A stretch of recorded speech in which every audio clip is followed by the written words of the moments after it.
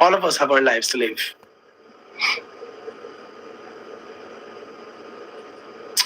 Oh, I have an autobiography, 32 mil for that one. Dan, manners and respect. Thank you.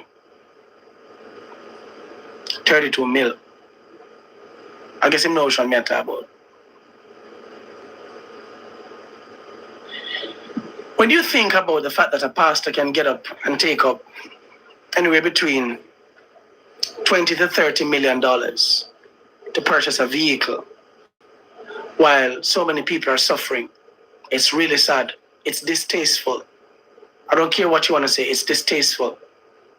It actually shows your initial intent of becoming a pastor. Again, for the record, I am not saying that a pastor is not supposed to eat or drive on a relatively okay car. You mean you need to get around. But it cannot be one that screams. It can't be one that screams at you like,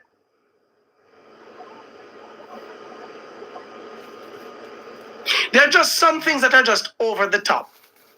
It's just too much. It doesn't look good. It just does not look good. When you think about TD Jakes, you have a private jet. What do you do with a private jet? While there's so much people in Africa that are hungry, when you take up the mantle as a servant of God, your job must be like your prayer, where you work for God without ceasing. Just like how you pray without ceasing.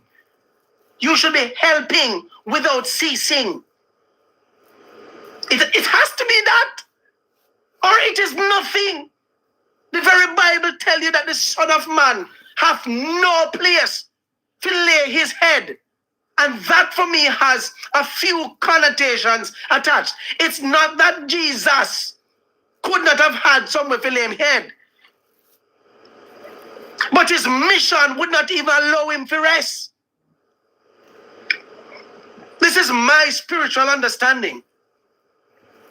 His mission does not allow him to rest. Another time for rest.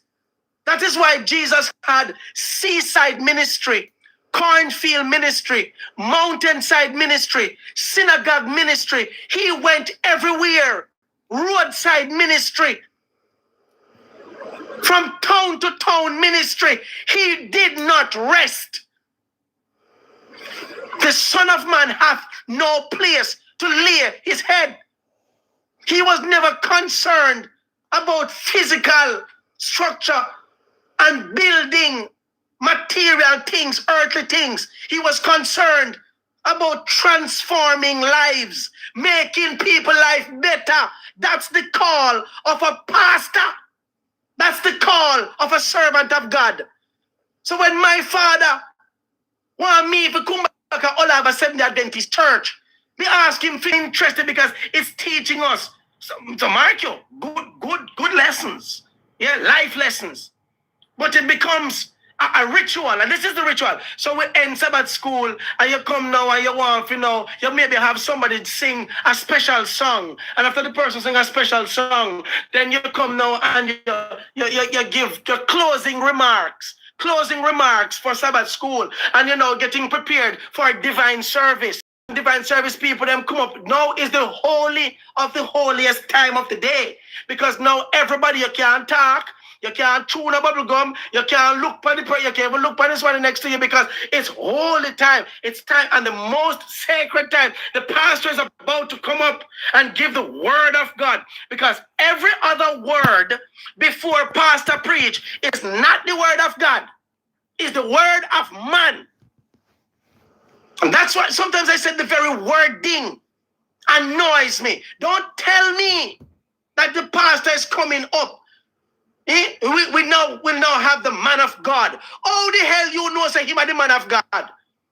What you should say, we hope that the word we receive today will be one that is touched and anointed by God. We hope, because you don't know. The same pastor we are swear for, that is a man of God. I say, if you could see the thoughts that some of them have during the week, if God were to take the thoughts and actions of some of those pastors and put it on one wall, just like when God did use his finger and wipe on the wall. If you should see the thoughts and actions of some of them, a pastor of our church sister, then call during the week and tell them what they want to do with them. I mean, I just assume that about what I know. I'm talking about what I know. You know, my church sister come to me and show me text messages from some pastors. Yeah, God know. Yeah. When I was going to NCU, I was studying religion and theology. You know who were my friends? You know who were my friends? The young ladies with their navel ring and tongue ring. I feel my friend them that. You know what they said? They said, Marvin, you're the only one who can preach to it. You're the only one who recognizes us when it is not week of prayer. I'm like, so what do I mean? When the school is having week of prayer at NCU, week of prayer, all the religion majors know that all of a sudden them go around and I try to encourage the students now to come to week of prayer, because all of a sudden it is the Holy Week. It's like the Holy Week. But after that, once them see the girl them look certain weird, everybody under their necktie and them suit and they walk. Bless you, sister. Bless you. Yeah, God bless you. Okay, and the scorns, the sarcastic scorns, the sarcastic scorns. Me sit down and me laugh and chat with them and me listen to them man and woman problem and me just laugh and we chat and you can talk to those people. I know when they are hungry. Me know when they're hungry. Me know when their rent due. Me know when they want one book. Me know when their school fee due. Me know because they talk to me. And I bear their burdens. Not that the Bible tells us you do. Not that the Bible tells us you must bear one another's burden. That's why I tell you, you must be your brother's keeper. How can you be your brother's keeper when you scorn your brother? Yeah? When you worship a God that you've never seen. You've never seen God. The very same God that you're worshiping came down in human-like form and says, how can you love me or my Father that you've never seen? But your neighbor, you scorn your neighbor because your neighbor, you think your neighbor is a prostitute, or you hear say them a prostitute, eh? Or you hear say them a whatever, them a murderer, them a whatever. Huh? And because the youth them in the street, them have them weed, a cock out of them outside and them pants out of them body and them a dig out there and miggle. And you drive past in your pastoral car. In your pastoral car. You drive past with the pastoral ministry. You drive past with your pastoral ambitions to look different and be different. Why you never think to put on one jeans pants and draw one cracks and one little t-shirt and go sit down beside that youth them on the street and say, yo, dog, what are you doing? Yo, man, invite to the church next week, man. Eh? Why? That's the best ministry. When you sit and you understand and walk with them and eat with them, you don't have to drink what they drink. You don't have to eat what they eat. You don't have to sleep when them sleep. You don't have to go to dance when them go. But at least let them feel appreciated.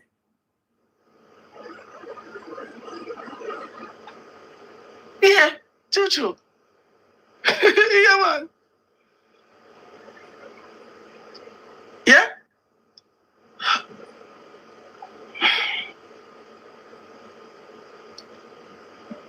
The Jamaican people are suffering. I gave an example. I've always used it, and I'm going to say it again tonight. Jamaica has hundreds, if not thousands, of homeless people.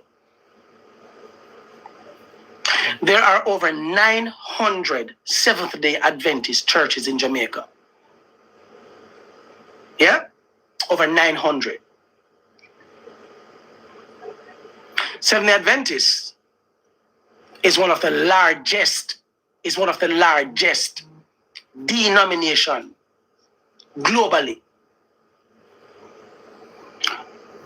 Yes, each church has its own obligations. Use our riches, so what? Well, you have to wait till me done talk before you say, so what? I mean, me go finish the point, you know, just wait, no man, me go finish it. Me go finish it. If you know your feelings early, you know what you do. Just relax, man, we talk. We talk. No, nobody pray me and jump me, so what? Let me done first, and you will know, so what? Thanks. Good. Now, because you see, this means a lot to me now. I don't just want to feel like me just there start chatting now. I don't want to just feel like me there start chatting now. Because no fun on getting on the feelings, you know. Because church means more to honor than people. I see them damn thing me there start trying to talk about. Church, the building, and the doctrines means more to you than the reality of being there for your flipping neighbor. We're so caught up with Sabbath. We're so caught up with nyamming veggie. We're so caught up with offering that you miss the mark. You miss the real mark, which is being your brother's keeper. The very Bible tells you that the number one commandment with promise. What is the number one commandment? With promise. What is the number one commandment? Is it keeping the Sabbath? Is it nyamming veggie? Huh? No. I mean, why you feel so me a bash Adventist? Me a talk about Adventist because that's a church I'm born and grew up in. That's what I want to talk about. But I'm talking about all the churches. I use Adventist as an example because I know that I want. Someone speak up for me, know. Yeah? Now, 970 Adventist churches in Jamaica, or a little bit over 900. My last recollection.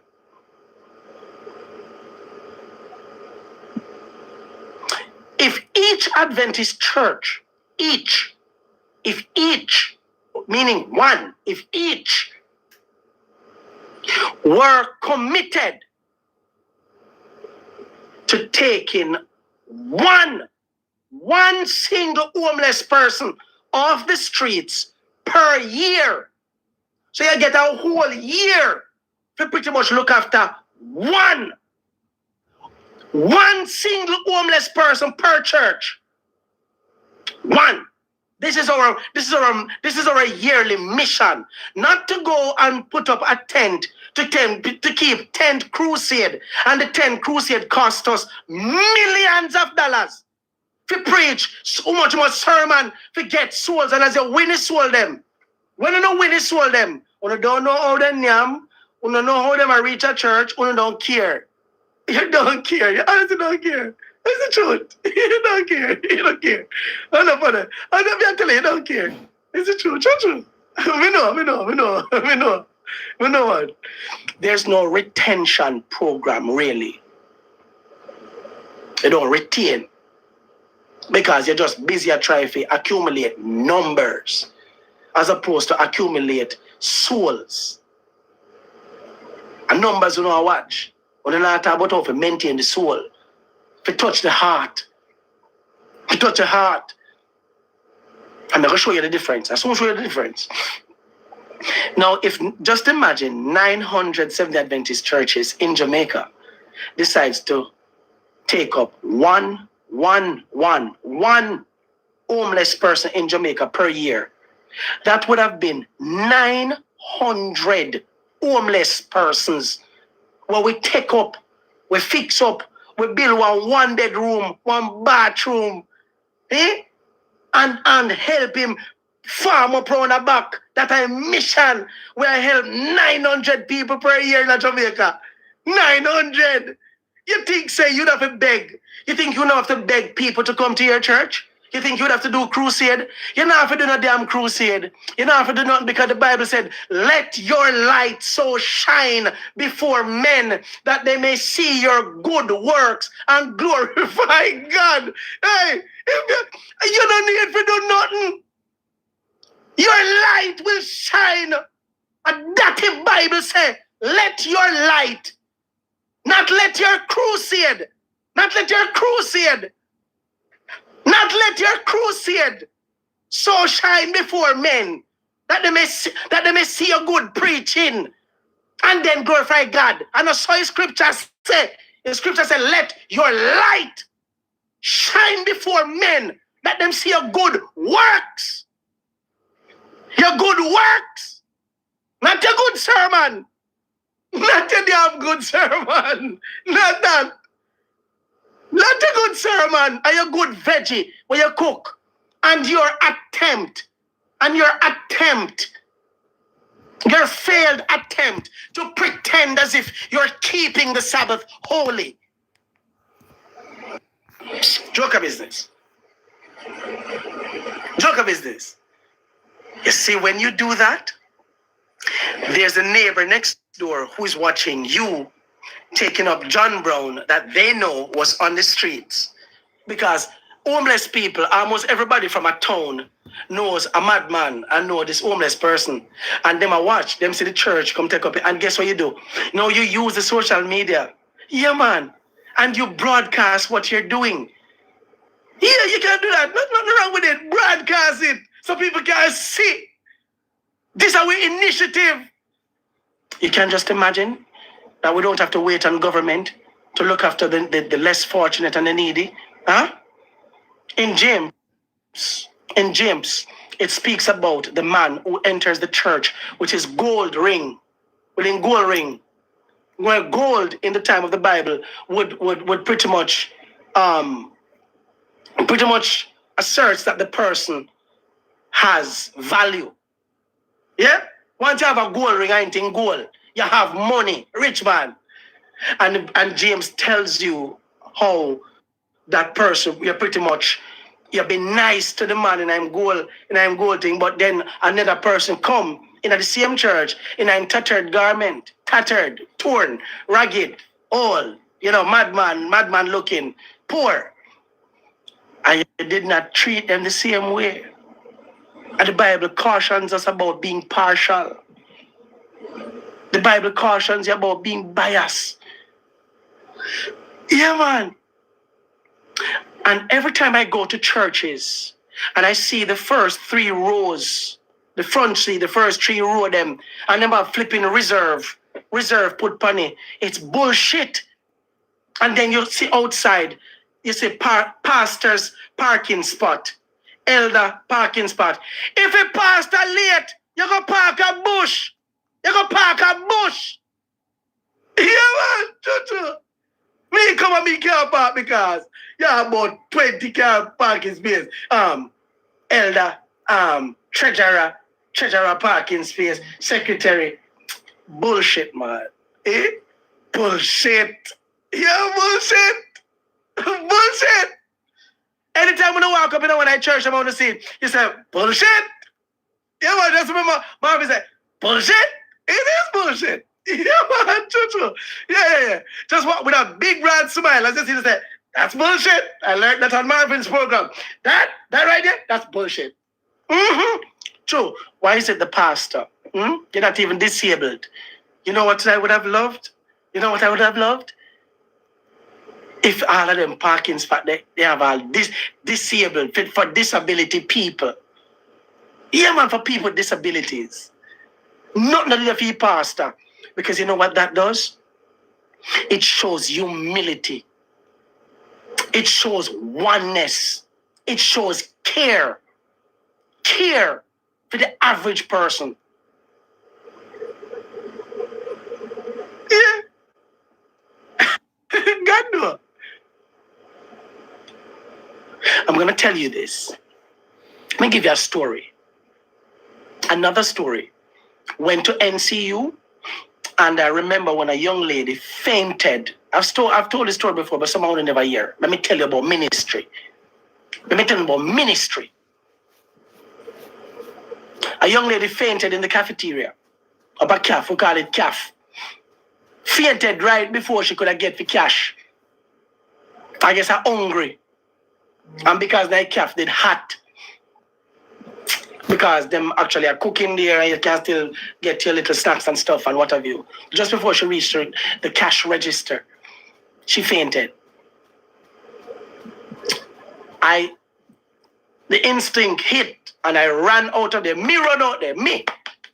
And Marvin did run out there. And I called the nurse. Because the nurse's station was probably about 100 yards from the calf. Maybe about 100 yards from the calf. So by the time I rushed out, rushed up a little hill, go down, the nurse station was right there, adjacent to the finance office. And I called the nurse and nurse ran with our little pouch, our little kit. And when we went up there, she moved the crowd. She told them to move from around her, move. Everybody swam around her and give her some breathing space and stuff. And she said, get me an orange juice. So I went into the fridge and I took out the orange juice, the box. It was a box orange juice. And she opened it. The cashier who sat in her seat observing, you know what the cashier said? So who's going to pay for this orange juice? Now listen, the young lady who fainted was on the ground, Dep on the ground, The young lady who fainted dep on the ground, She not come off the ground yet, And the woman got asked, who I got pay for the orange juice? I can understand that she was defending her job because she have to give an account for. But I said to myself, you're telling me that the God in you, the God in you couldn't even say, you know what, I'm going to pay for that orange juice. Or be mild about it. Call me one side and say, Marvin, the orange juice that you took up, you're going to pay for it. Do it nicely. And he said, yeah, man, me pay for it. And he said, boy, me not have money to pay for it, Marvin. It's not what you say, it's how you say what. It's how you say. She can easily say, Marvin, me know you help me, but the orange juice, me not have no money. I would actually pay for it, but me not have money. And as a cashier, I have to give an account for it. Different, I would not even make mention of it. But the woman asks. And I said, my God. I said, I will pay for it. And I paid for it. I never know a young lady. I don't know her from Adams. I can't even tell you who the person was that fainted when I was a student at Northern Caribbean University. And I've seen a few other things that drove me to the point of just me rebelling. I just rebelled. I rebelled.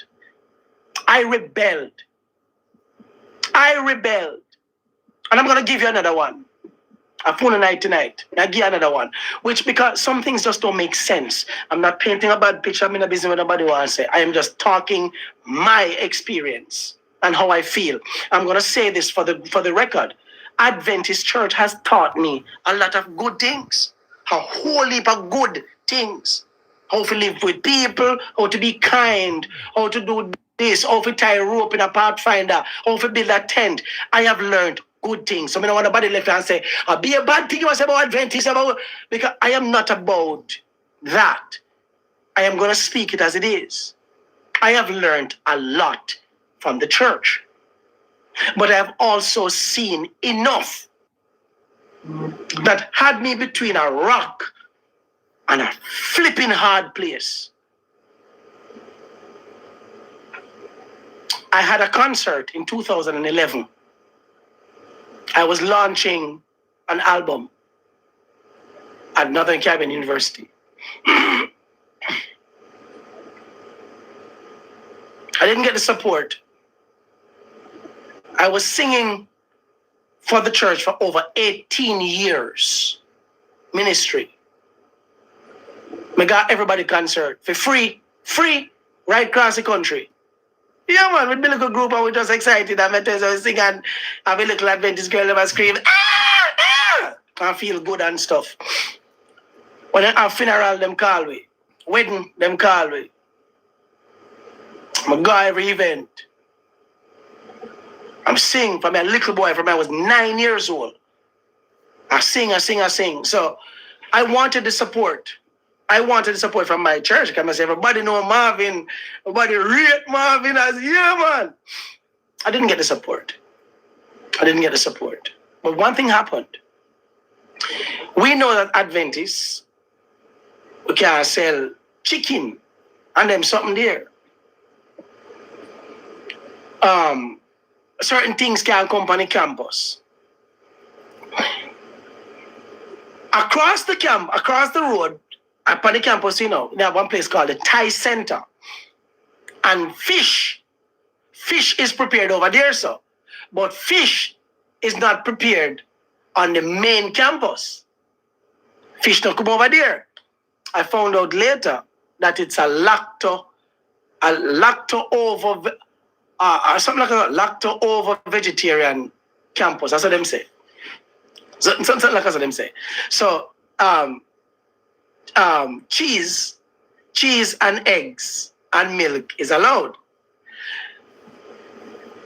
So I think it was my mother or somebody else who wanted to just sell something at the concert. Not sure. But somebody wanted to sell, must be some chicken. I think a chicken or fish. I don't know what them. And no, it was fish. It wasn't chicken. It was fish. The person was selling down by the gymnatorium. Fish not come across the road, you know. I see in campus, you know. I just see road, the main road part campus, you know. I see in place, you know. So fish sell across the road, but fish not come on the campus. A Saturday night, school in session, we have a concert. And the person brought the fish. I was selling the fish. The following day, the Monday when I went to school, I got a call. From someone from Student Services. Mr. Edgar? I said, yes. We heard that you had fish. You had fish selling on the main campus at your concert. So I was under one of the gazebo where my kind of friend them there, the girl them with them tongue ring and nail ring, kind of sitting. So I put her up on speaker. I said, yes. The fish was being sold. Oh no, you can't. So I said, let me ask you something. I said, let me ask you something. I said, I don't sell chicken over here neither. Mr. You know we don't sell chicken. I don't know why. What's the relevance of that question? I said, let me give you the relevance. I said, you sell egg. I said, you sell egg up at the cafeteria, not true? Yes, and that's when she began to tell me that it was some lacto over vegetarian diet or something. I said, did you know that if you didn't leave that egg would actually grow? And you know, so I fall like come out of egg. I said, you didn't know that? So I fall like come out of egg. I say, if you didn't leave the egg, if you didn't leave the egg, for your egg grow and come to maturity, a fowl with wing and feather, I go jump out the egg. So yeah, it's a choo-choo. I say, you never know that? I say, that's not the point. We don't do. I say, lady, you see, it needs to make sense. I said, fish cannot come over the campus. I said, what did Jesus feed the 5,000 with? What did Jesus feed the 5,000 with? Was it a vegetarian fish? She could not handle my questions. The people them under the gazebo are dead with laugh. They say, Marvin, you talk. Yeah, you talk to Dr. So. I said, but them should have known, say, I am not the one. I said, next time before you call my phone, think about what you're going to ask me.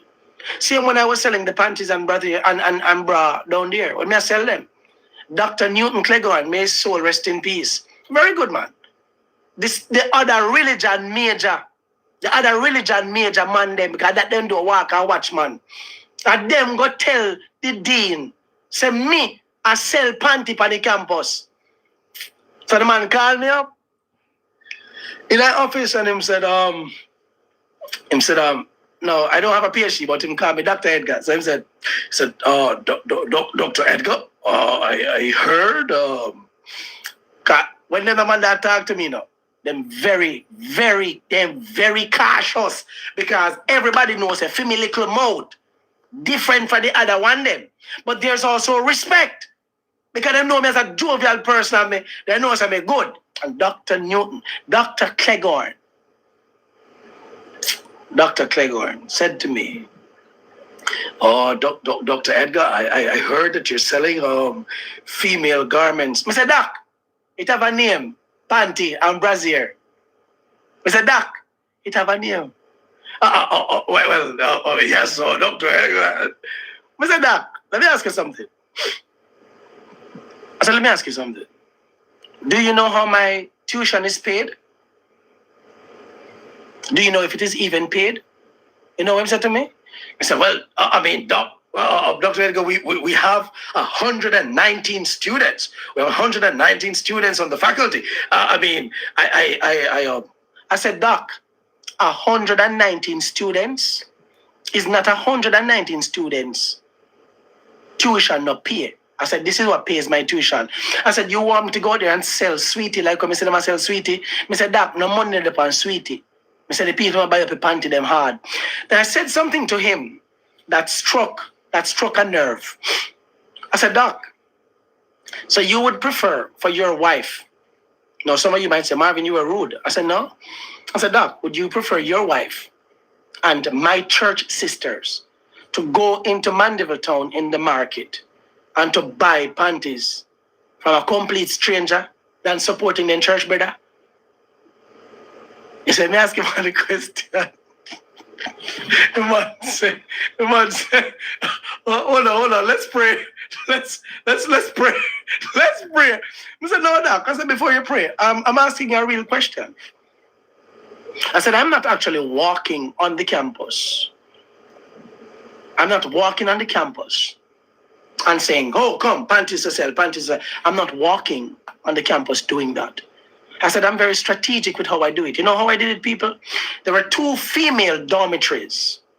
You have Leela Reed Hall, and then you had Jamaica Hall. 2 female dormitories. You know what I usually do? I usually have a contact on each of the woman then down. So when we go downtown, I may buy up my drawers them. I may examine them, you know.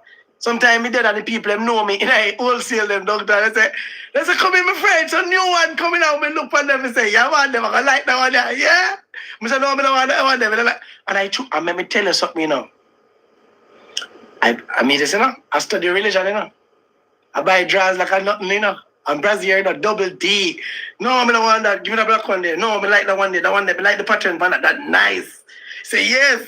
And me buy up the thing there, man. No, me never sniff and buy. Then, me never sniff. Me never sniff nothing. I brand new jazz and there's nothing to sniff. Pervert. You pervert. And I decided to purchase the goods, and when I come, I have a nice bag too, you know. I just go by the hall and I drop off a bag.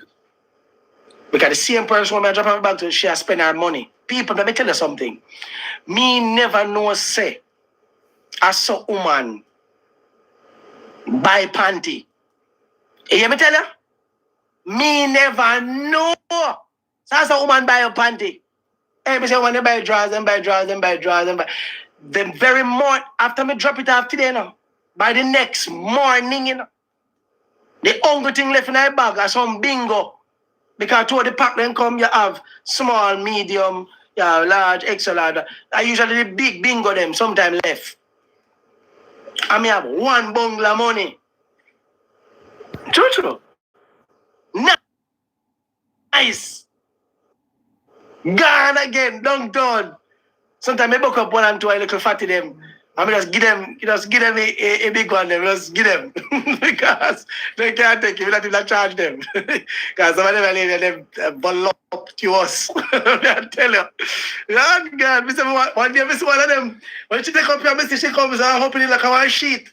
I say, Master God. She said, yeah. She said, this will fit. I say, yeah, that will fit. Hey, no.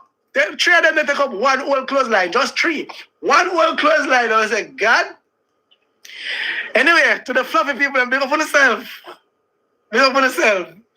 And it so happened that Dr. Cleghorn ended up praying with me, and we shook hands on it. And that was the end of that. That was the end of that.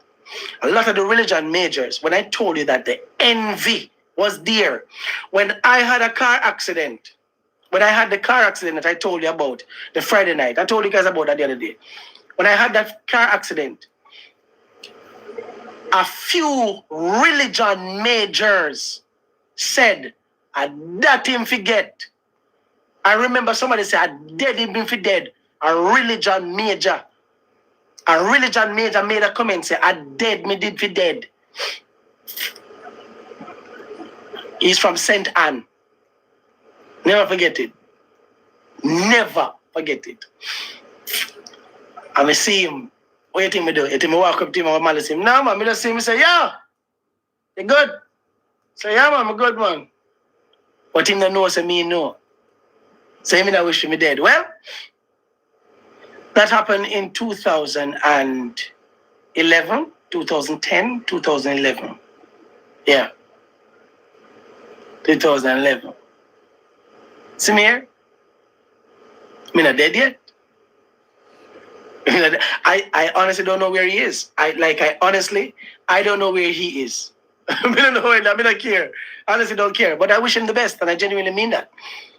I genuinely mean that. I wish him the best. I wish him because you see, this life that we live is only one. There's only one life. You should have asked him to make sure he really said that. Let me tell you something about me. Let me tell you something about me. I didn't have to ask him. I have to ask him. Because the person who he told was friends with him, but the person was also friends with me. And the person did not like the comment. The kind of respect that people had for me, they don't need to tell a lie upon nobody. Because they know say me not like liar. I do not like people who tell lies. Me never need to say nothing. Never need to say nothing. Yes. Thank you, IDK. See it here? This is what I do to go through life. See there? Oh, they're not allowing me to pin it. Kill them with kindness. With kindness. Nothing but kindness. The Bible tells you it's when somebody don't like you and you start to pretty much give them be a love. The Bible says you heap up fire coal upon their head top. They can't understand how is it. Me not like him. And he still give me water for drink. He literally give me bed for sleeping. I mean I like him. Yeah, man. True. Because the Bible tells me also that my enemies will one day become my what? Chief footstool. Turn upon them. The Bible tell me, say, my enemies, yeah, will one day become my chief footstool. You know what psalm is one of my favorite psalm that keeps me going? Some of you don't understand why is it I'm so kind, I'm so nice, and I feel like, say, me I look clout. Psalm 41. It says Psalm 41, blessed is he who considereth the poor. Blessed is he who considereth the poor. I'm going to read it, man. It says that the Lord will make your bed in the time of sickness. The Lord will not make your enemies' plans come after you. This is me paraphrasing the scripture. You hear me telling you? Psalm 41. Manners and respect for the gifts. You have to understand yourself. And you have to know whose you are. You have to know whose you are. When you see them out there talk, the people who are planning to kill Marvin, they should think about digging 2 holes. My God, no play. We're not afraid of people. The spirit of fear is not of God.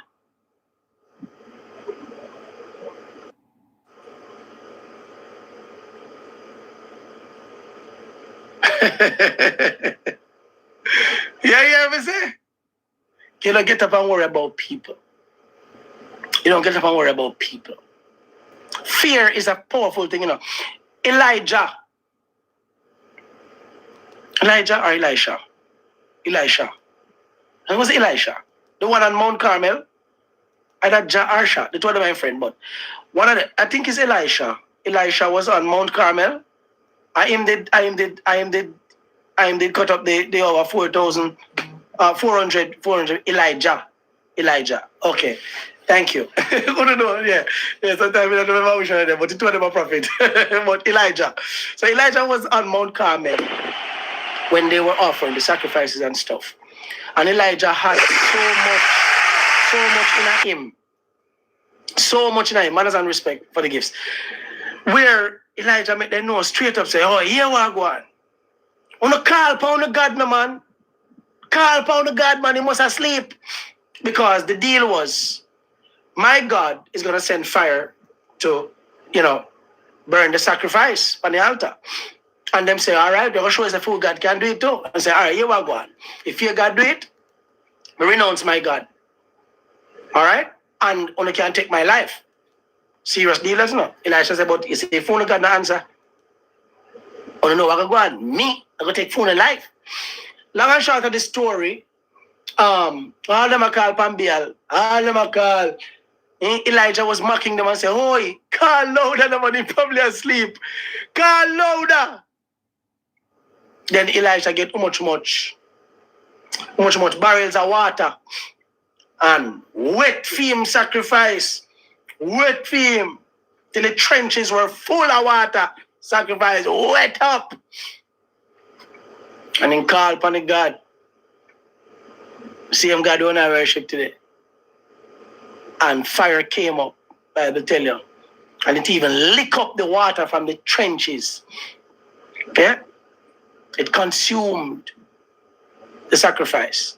And the same man turned around and murdered all 400 of them. All 400 of them.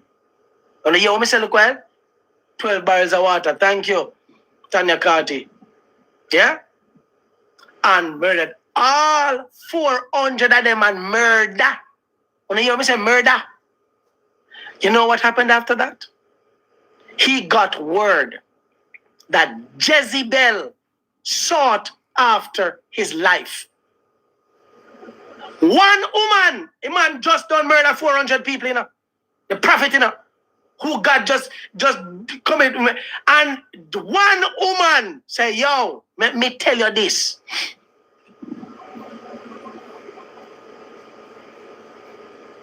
Tell him, say anytime I catch him, I beat him. And Elijah hears Jezebel own him, and the man run, going into the wilderness from one woman. One woman, Jezebel, sent threat to the prophet. Now that struck a chord in me. Because a lot of us would have thought that these prophets did not have the humanness in them to feel fear. To feel fear. And a man, this was one old germs. And a man run the bush to the point that a raven fed him, drank crow. Drunk crow can't fool God game day and night. And of course she meant it. Of course she meant it. Of course she meant it. If she did ever catch him. Yeah? Somebody said, you're mixing up the story. I'm mixing up the story. So Jezebel never threatened, nobody never threatened him, for you? No?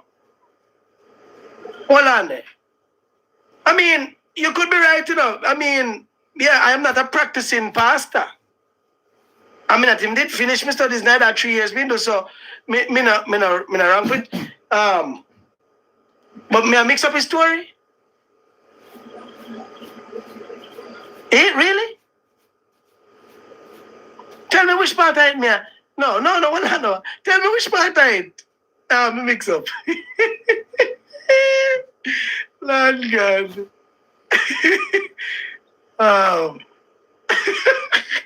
It take one Google search, you know, or a quick Google search. Yeah. True. As a matter of fact, because sometimes I do not have a problem being corrected. Jezebel threatened Elijah.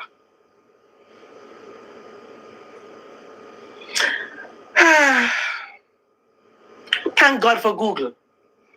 After Prophet Elijah defeated the prophets of Baal at Mount Carmel, King Ahab told Queen Jezebel, Jezebel,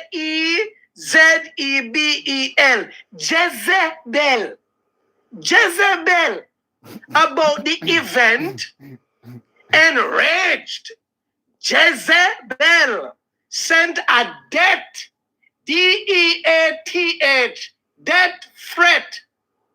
I wish my story means to Elijah, vowing to unalive him and unalive the devil to know message. To unalive him within 24 hours.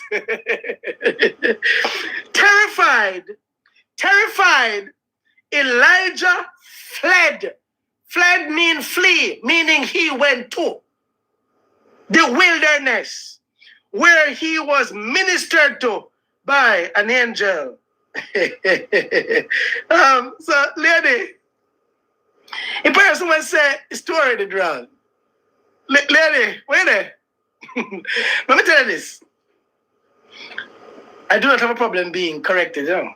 I honestly don't. I am humble enough to take correction, but not do that. You can't do that in front of 700 odd people. Make me feel, you make me feel small if you come in. I know I'm right now, but I say, somebody said, so drunk or angel?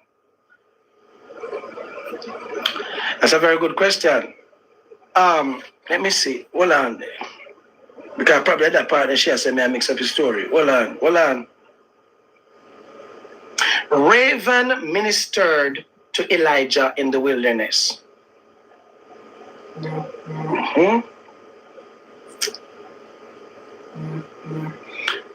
The famous biblical account of the prophet Elijah being fed by ravens is recorded.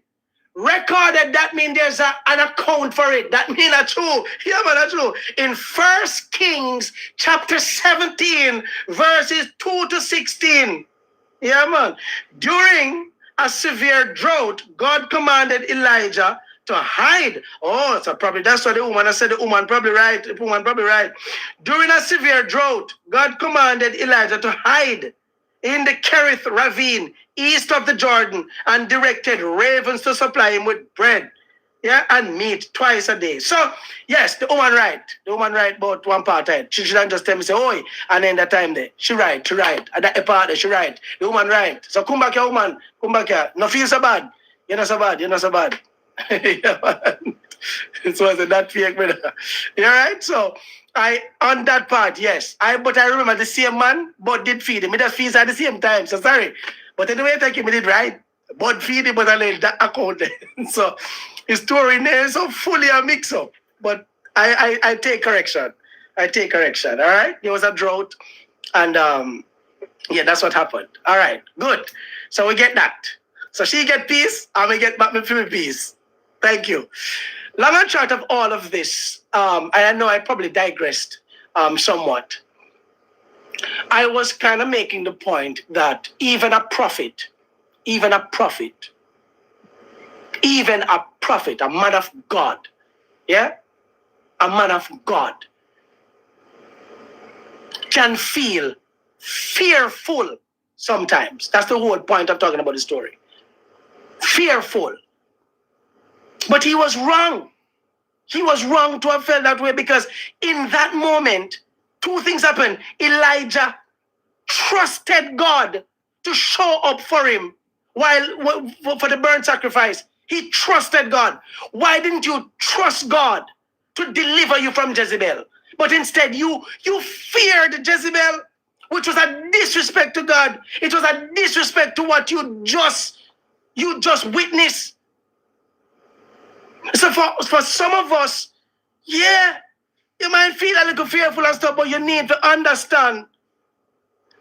You need to understand that God, if he say, I'm going to deliver you, I'm going to deliver you. You just have to trust him right out. It's not easy, but you have to trust him right out. You have to trust him right out. God will make a way. When a man say, I'm going to threaten your life, understand, say, yo, for your life can go too. Make God fight your battle, them, man. Make him fight your battle, them. I don't care what nobody wants to say. There is a spiritual being outside of me and you that governs this damn universe.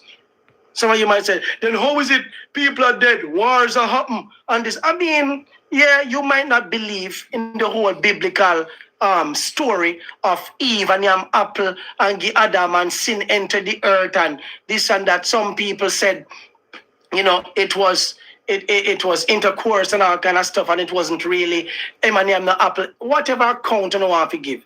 Yeah, most of we born out of we mama them as a big head bud, empty shell. A people teach we things. We never know nothing. We all came into this world as empty barrel. And each person learned something. If you're in India, then teach you how to worship cow. Then, hold on there. Hold on there.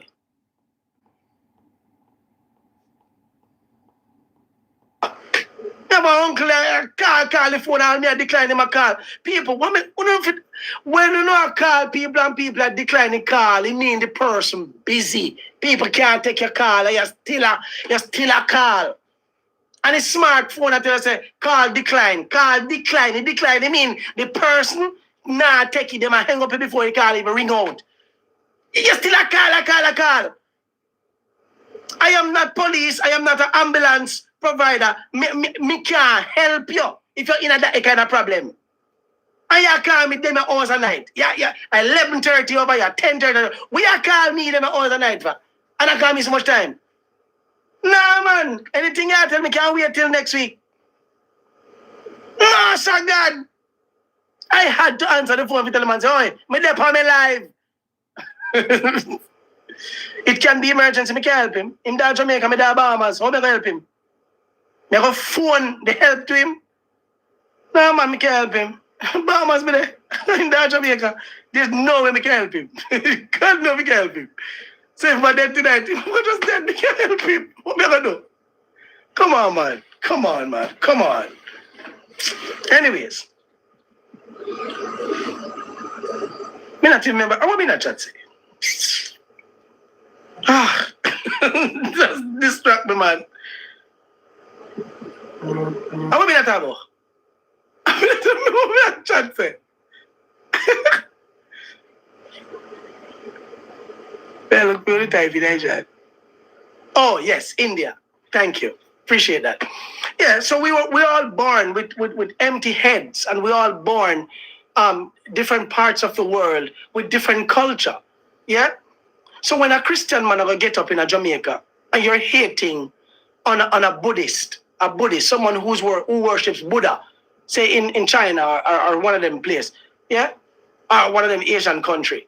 And you hate on a man who is a Muslim, and you hate on a person who is Hindu.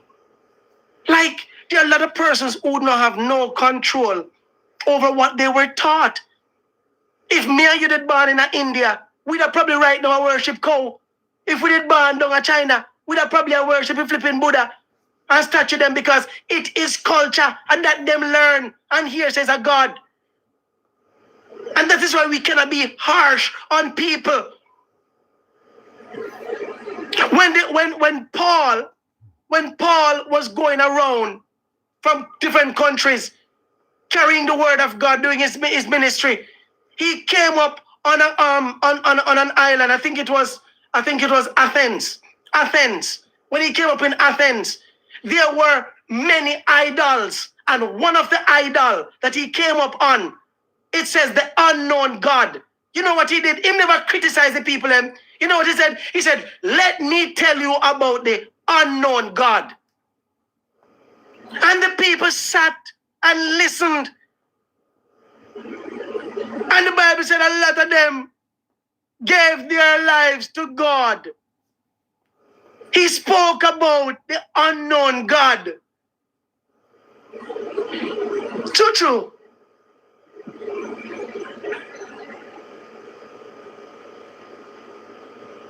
Somebody said, we'll never know who is right. Yes, we do. One thing I can tell you, you don't have to know the name of a God to know that there is a God. You don't have to know the name of a God to know that there is a God. You know how you know? You use nature. You use nature around you to know that there is a God. Not the Big Bang theory where Charles Darwin tell you about this flipping world just come out of a Big Bang. Bullshit. Bullshit. Because a black ant, a little black ant, go and mate with a little black ant. A scorpion goes and mate with a scorpion. Birds, the bird kingdom, you're now going to find one drunko, a come mate with one beanie squid. You're now going to find one drunko, a come mate with a parrot, although they all have wings. Snail go to snail. And we, as human beings, are the only one who's supposed to be the most intelligent out of the creatures. And we are God's disappointment. Because you have man with there with dog. You have man with there with a cow. Cow. Choo. That's why we miserable, so. You ever see one cow or try to come for mate with a human being? Because they understand themselves and know that they're supposed to stay in a line, yes, sir. 70 to 80% of the entire world is made up of water. You know what is also similar to that? The body, 70 to 80% of our body is made up of what? Water. Yeah, true. And you realize, like, wow. When you think about it, the design. And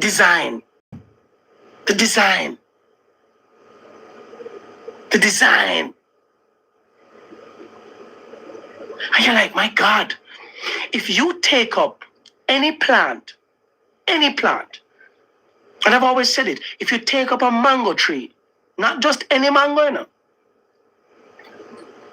I mean, if you take up an East Indian mango tree from Jamaica, and you carry God Jerusalem, go plant it, and the same flipping mango a come up, and the same mango, and the same taste, the leaves on the tree will be the same. You know what man do? You know what we as human beings do? We get creative. And you come now and you bridge the tree. So you have one mango tree now, have Julie mango upon your East Indian and come. You're like, oh, look at that. We're so creative. Blow a mango tree, make Julie mango be Julie mango. What the back say they gonna bridge it for? And just like how to bridge it, that's how you've been bridging human beings. That's why so much pitney. Enough pitney come out now to start look somewhere, act somewhere, because you have scientists that are messing with the genealogy and mess up a thing. Tapping into our genes illegally. All on the name of science. Science. You don't realize that almost every pitney who born these days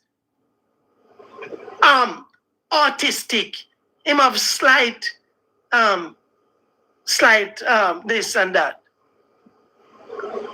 Autism. Autism. And like, nobody notice when I was growing up, me telling you two set of pitney born. You're either handicapped or you're a real pitney. Two, we never had no this diversity in our children. This is when you're alright. This is when you're kinda alright. This is when you're very alright. This is when you're not so alright. And you're like something is not right. I was telling people that the vaccine them. They said no, nothing. Look from where people get it. Now scientists have discovered that the vaccines, not the COVID vaccine, but vaccines as a whole, plus COVID vaccine, is responsible for autism in almost every pitney. True. And we said, look at that. So when me, the regular little man, did that and say something right, yeah? It's not true, sir. Harvey Sophia 306.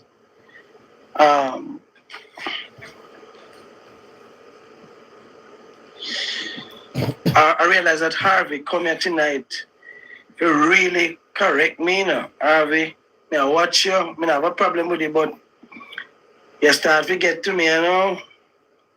Let me see something. Scientists discovered that vaccine is related to autism.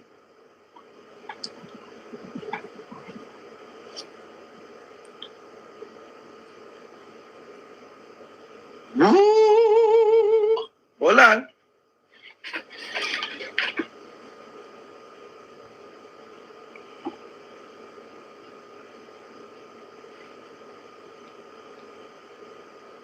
Hold on there.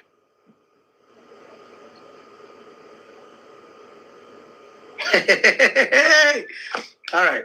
So I'm gonna read what I found, because everybody can find the same thing, and I'm gonna tell you how I feel about it, because it's just recently I found. So, and I'm gonna tell you what is there. Listen to me carefully. No credible scientific evidence shows that vaccines are related to autism. Extensive, large-scale global studies involving millions of children have repeatedly disproven any link between vaccinations and autism spectrum disorder, ASD. The idea that vaccines caused autism originated from a single deeply flawed, listen, deeply flawed study that has since been completely discredited. The origin of the myth in 1998, a British doctor named Andrew Wakefield published a small study in the medical journal, The Lancet. The study, it looked at 12 children and suggested a connection between the measles, mumps, and rubella vaccine and autism. That was in 1998. Now let me tell you something. Let me tell you what I honestly feel, because I think it was just recently, you know. Hold on, the people. I'm going to tell you exactly how I feel about this. Hold on.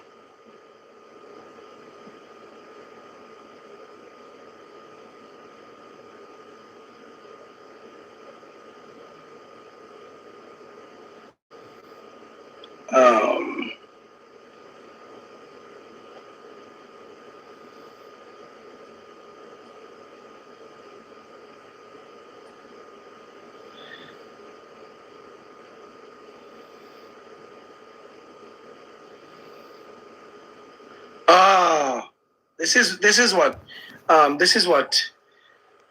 I found. Vaccines and autism.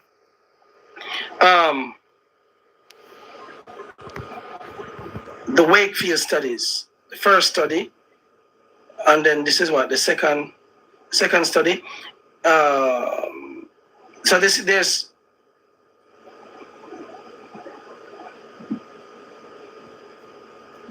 so apparently there's a few doctors out there that still believes that there is a link. There's a significant link. I believe so. You have to understand who runs the world and who controls what information is fed to us. You have to understand who runs the world and what information is fed to us. I'll use the COVID period as an example. You remember when we were talking about the COVID vaccine, that it is controlled, that it could take lives and blah, blah, blah, and people were discrediting it, and many doctors and scientists came out and said, yes, blah, blah, blah, and they said no, and they discredit them. As a matter of fact, there were some of them who were charged for misinformation.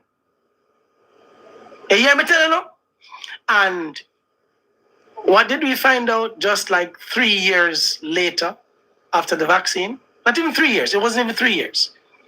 About 2 years after COVID, vaccines were asked to remove from off the shelves because they take lives more than helping. The COVID vaccines globally were recommended to be removed from shelves. In Jamaica, they started with AstraZeneca. How do you think people like we felt who were saying this damn thing no right? In a right. 1.5 years, to be exact. Thank you, Roshan. Autism stems from a complex mix of inherited gene variations and spontaneous DNA mutations. Yeah, that them tell me.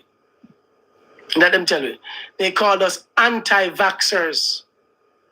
You know how many persons have died? There's now a Canadian surgeon, cancer man, who come out and say, listen, doctors in Canada are dying rapidly, and almost all of them, young doctors, went to bed, didn't wake up, dying of them sleep. Young. They're running, they might run, drop down dead. From what? Myocarditis and blood clotting. Yeah? Yeah, true. Thank you, TJ. Thank you. We were telling people, I said, no. Studies are now showing that the COVID vaccine took more lives than saving it. And them still want, I don't know if they still take vaccine. Did they lock up, let me ask you something. Did they lock up Bill Gates? Who was the founder of Microsoft? Who is big with his money funding projects and tech stuff right across the world? Did you know that Bill Gates had written a book that children ages 10 and under were to engage in activities? I mean, man and woman activities, because they were naturally born like that. And and funded a non-governmental organization. I think it was was it the 41 million? I think it was 40 million or something like that. But an NGO organization when we read it at the time. Yeah? And that article has been removed from the internet. These people get up and wipe the internet of things that people are supposed to find again. Them control want to read. Them control want to research. So I am going to be honest. It's not everything that Google tell me. I actually stick with, but not to sound naive or stupid, because usually I'm a little go-to place. So for now, I will reserve my opinion that vaccines are responsible for autism. And this is just from, not me, I'm not a scientist, I'm not a medical doctor, all right? I am in no way, shape, or form giving medical advice. I am just simply telling you based on observation from mere pitney until now, what I've observed. My son, my little son, Makari has this thing from him born. He's just 5 years old. Very smart. When I say smart, very smart. But he has this thing where him happy do, where he gets 2 pencils. He prefers pencils or pens or 2 pieces of stick. It has to be something. And he does this. He has this time where he's just doing this.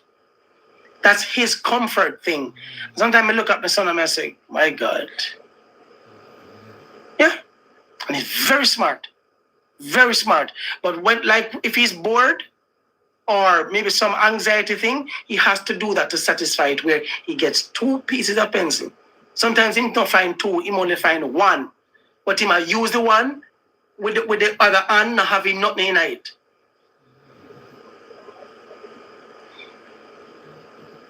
And I look at my son and I say to myself, but he's when I say my son is smart, that little boy, I posted a video where, it was like a 1-minute video where I wanted him to tell me countries for each letter. And I'm going to do another video with him.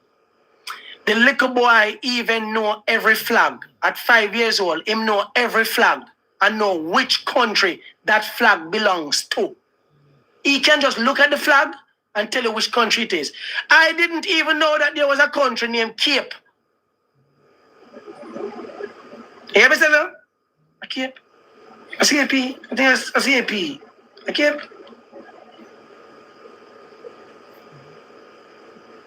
Chad. No, not Cape. Chad. No, not Cape. Chad. CHAD. Chad. We never know it's a country named Chad. I'm a little 5-year-old sit down and tell me it's a country named Chad. See that? One country in Africa. Me never know, sir. Me a 41-year-old and I just learned on Sunday, my little 5-year-old, I make me know, say, one country named Chad in Africa. And me sit down like a big old fat one, like, and his brother said, Daddy, if Makari says there's a country named Chad, there is a country named Chad. And when I heard my son, my bigger son, I gonna make me know, say, if Makari, who is the 5-year-old, he's 5 years old. If him say one country named Chad, it did name so. Somebody say, enough people just know now. And it is true. It is true. I'm sure a lot of people here didn't know that there was a country named Chad. I've never heard it. I've never heard it. Maybe Sunday I first me hear. I didn't even know that there's no country. The letter W, when you reach the letter W, but it's no country named W. Only in America, Wales, which is, and I may say, only in England, one place named Wales. And I mean, I listen to him, I may say, the boy can tell you which flag have which color. And he can tell you which flag have how many stars. How much star in each of the flag, they carry stars with them.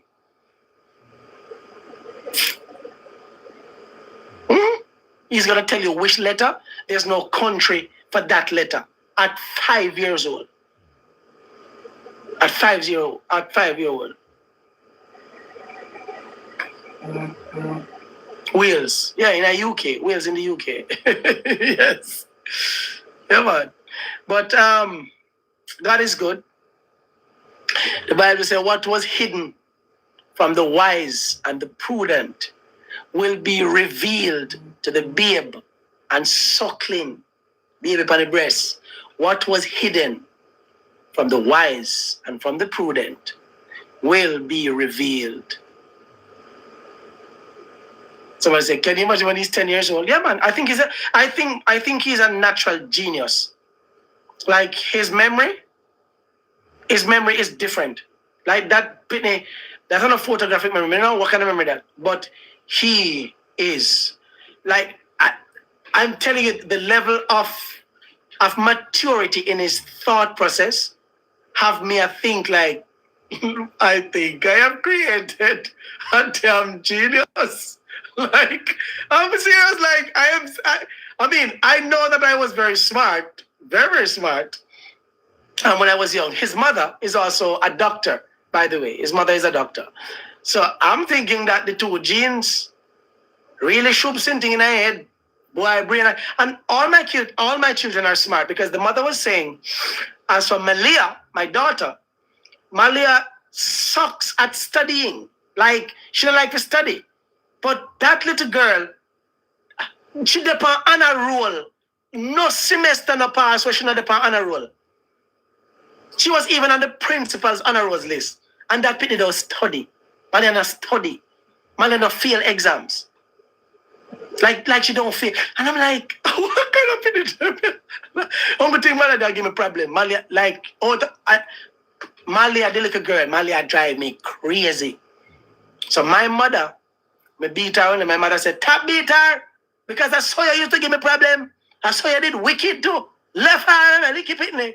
I was like, okay. The little girl, I'll drive me crazy. And nasty, Mr. Malia, nasty. As your queen Malia, yummy chocolate, and toffee paper in my side, I coach. Toffee in I coach. One night I come, one time I look up as a what's supposed to be fear bed. Up here, so. A chocolate that in I bed, punish sheet. Malia, you brush your teeth. Malia, you brush your teeth. Malia, move in front of me and brush your teeth. Go brush your teeth. Nasty. Yeah, man. Oh. So whenever they hear that I am visiting Bahamas, everybody, they start ball. It's just some of them start ball before me reach. Because me get word, so they not behave, and they know that when daddy come, me no laugh. me no laugh. So somebody says, stop calling her. So, all right, she's not nasty. She's untidy. She's just not putting the garbage in the bin. Eh? Ain't nasty. You're lucky. It's my pity they're nasty. But one day Malia ever had a science project. Get all kind of sitting, but she make slime. She make slime, all kind of sitting Malia put. Go when we look up in the cupboard, I wonder what things so in the house? What things so? When you look, you see all kind of thing a bubble up in a thing where Malia says she did make her band. Someone say, boy, yes, untidy. Not a damn untidy. Nasty. You're lucky. Nasty. I don't know, me get it from because me don't like nasty. Me don't like nasty people. Because things that people will brush their teeth and beard. Remember, when I was growing up, when my mother said, when they said we got beard, and we used to beard a standpipe. We have a pipe in a yard, and we run on a pipe. Yes, stand up on the block. Two half a block. Stand up on the block and bend down and beard out a door. I saw me grow up in a Bannister housing scheme in Old Harbour. And one day my mother grabbed me because she said back on my neck black. Nah, beard good. Nah, beard. Come here, come to the house. And she grabbed me and carried me on that pipe. When my mother was finished bathing me, this brown man was pink. Me pink.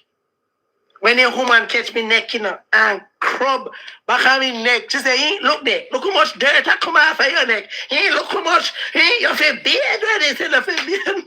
Jesus Christ. Lord God, I'm been with this woman. People, my mother will tell you, I used to curse bad words like crazy. All when them a beat me for bad word, me a cuss bad word, ask them whether what's it not. You know, I lick me fat. And one man in Bannister housing scheme, Mas BG, bless up yourself. May your soul rest in peace. So Mas BG said, top lick him. Top lick him, man, top lick him. He will grow it out. He will grow it out. Yeah, man. Could I say, what is your profession? We chat. We chat. I have a profession, lad. No profession. We chat. I do not have a profession. That's the truth. I don't have a profession. Yeah, people with profession broke. People with profession broke. And not no money. Not a profession. People with profession broke. Broke. We don't have a profession. Yeah, what do you want me to do? Teacher? Them broke. Nurse? Broker.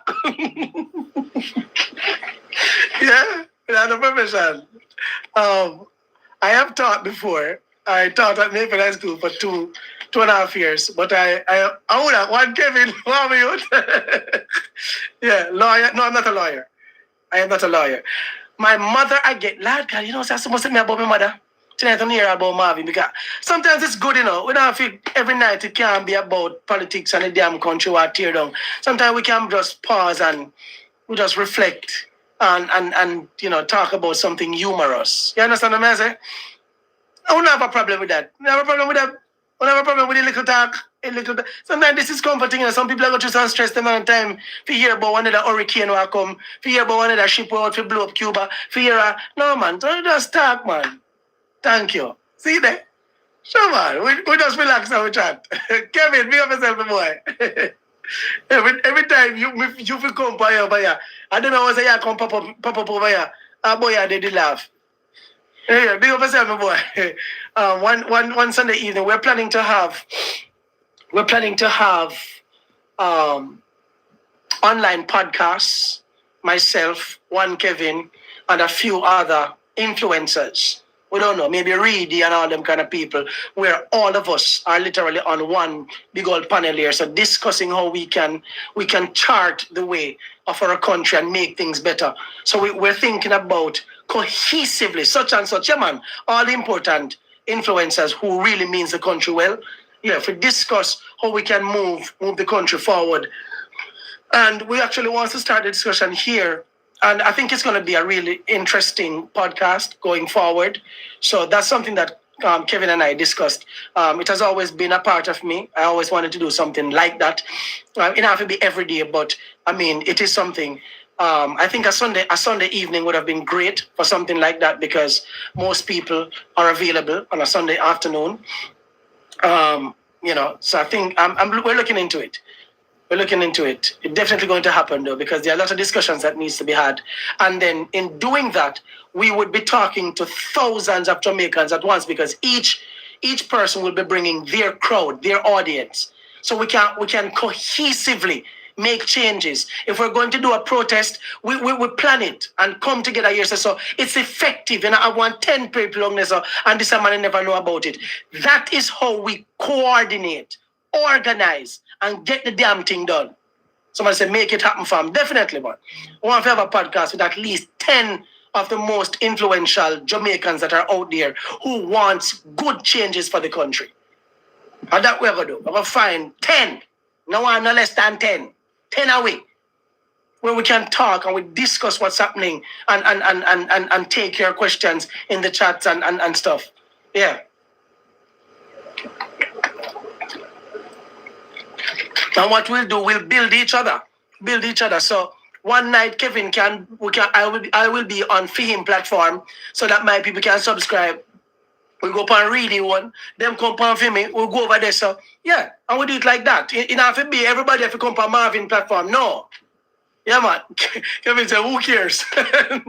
I care. Yeah, man. I want to do it like that. It only makes sense. Yeah, so, yeah, man, such and such is definitely a part of my team. Definitely a part of my team. So, my mother, somebody said, back to your mom. Yeah, so my mother is a great woman. And this is why everything that I am doing in terms of my investments and stuff, she don't even know. And I can tell that she's very worried about me. The other day, I had to call her and say, hey, relax, man. And come off of social media and make people chat garbage in your ears. Yes, them I'll kill him and them all this and that. So for my father now, I want him to tell you now. I just hear mother me concerned about, Cause me good, man, me good. Me good because you out there. You just ever come off of social media and I have not responded to him because my father don't want me to respond to you. I mean, I will respond to him at that moment because if me respond to him like that, I'm going to end up disrespecting my father and I don't want to do that. And some will say, but Marvin, I just care about you. No, man, me a big old man. Me a 41-year-old. I am 41. I'm a proud 41. Me a big man. See that right there, so I see one grey hair up try pop out. I try pop out of my eyelash. As me go to Jamaica, I buy one black polish and just dabby. Me not ready for that yet. You understand? Every time when you see me, if you smell me, I may have smell of cologne and polish. A polish then I just say yeah. Just know how the polish. Somebody said not polish. Me no wanna die. I want polish. when you put on leather boot and that no one. Somebody say you can't tap it. No, me can't tap it. But me can blacky. Me can blacky out. Me can't tap it. And I mean grey hair, as they tell you, is it shows wisdom. Yeah? And this is why, let me tell you something. Every grey hair, when me say, the first one when me ever see coming on my nose, right up in my nose, father can say, oh, me are going to hide the grey hair. Whenever this say, yeah, get old. Right up in there come. And then me see one day I try push out right there. So me I say, nah, man, I don't know. Me I go look when you will up your white. I hope me I go look. Me say, no, sir, let her rot it. Me everybody says, the only thing for white for my face and my teeth. Me not the time for me damn hair I get white like a lot. Me, shoes polish. Me not die. Shoes polish. I mean, I buy what I brush. Yes, I have shoes polish more up off people one. No, I'm not ashamed of off your man. So, I love my mother.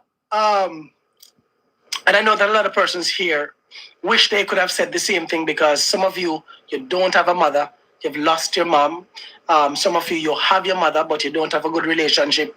You see, for me, there are certain things that pulls back words that I would probably want to say to even say my father. In at the moment, sometimes you walk away. You wait until you calm down before you can respond. It's not every time you must respond right away because the same Bible tell you, a soft answer, turn it away, wrath. Yeah? But grieve yourself. I don't know what I want. Soft answer. Turn away, wrath. Being as a mommy pass. A lot of us would have loved to still have our mothers beside we.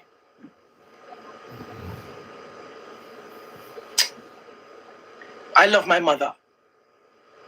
And every time I talk about my mother, sometimes I get very emotional. My mother is a basic school teacher.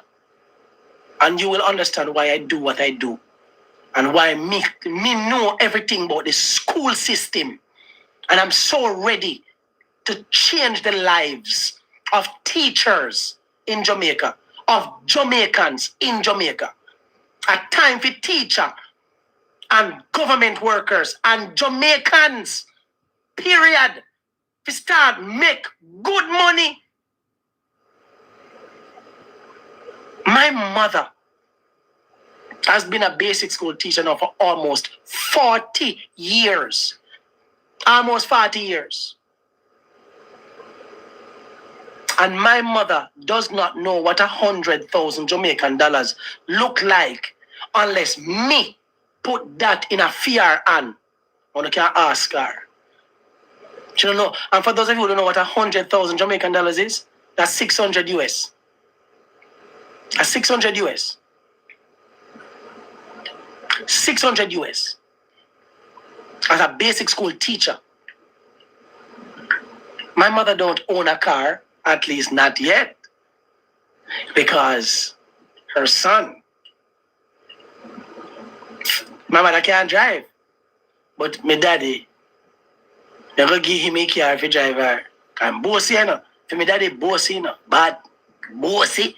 Me say, anybody who know with bad daddy fire with the family, but they will tell you, I'm bossy. I know people time say poor bossy no work.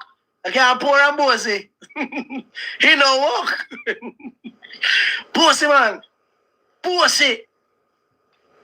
And me and my father, we look alike. We talk alike. We really talk alike. A lot alike. So when me and my father don't want me to talk about the Prime Minister and the injustices in the country because I'm afraid. This is the same man who go in a church and turn up and preach. And when you hear me preach and I call it, I talk about the people who are hypocrite. Someone we are hypocrite. I want to come and then, brother, then I see him energy. Somebody say, your father ever clean? Yeah, that is true. My father, your man in the play. Then the man they clean.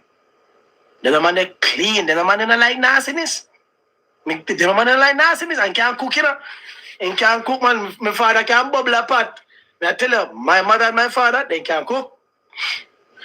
And I've learned a lot of things from the both of them. But when it comes to my mother, I have a different kind of respect and a different kind of love. I love my father. I love my father. I'm a father. I can't change that. And everything we do, I agree with. Because my father has done some things where, no. And sometimes I not even talk to him about it because I can't talk to him. Because he's the only big man. He only take talk for himself. So I never talk to him. I just avoid him. When me know say, he want one little money, I go give him one little money. And that is it, I just cut.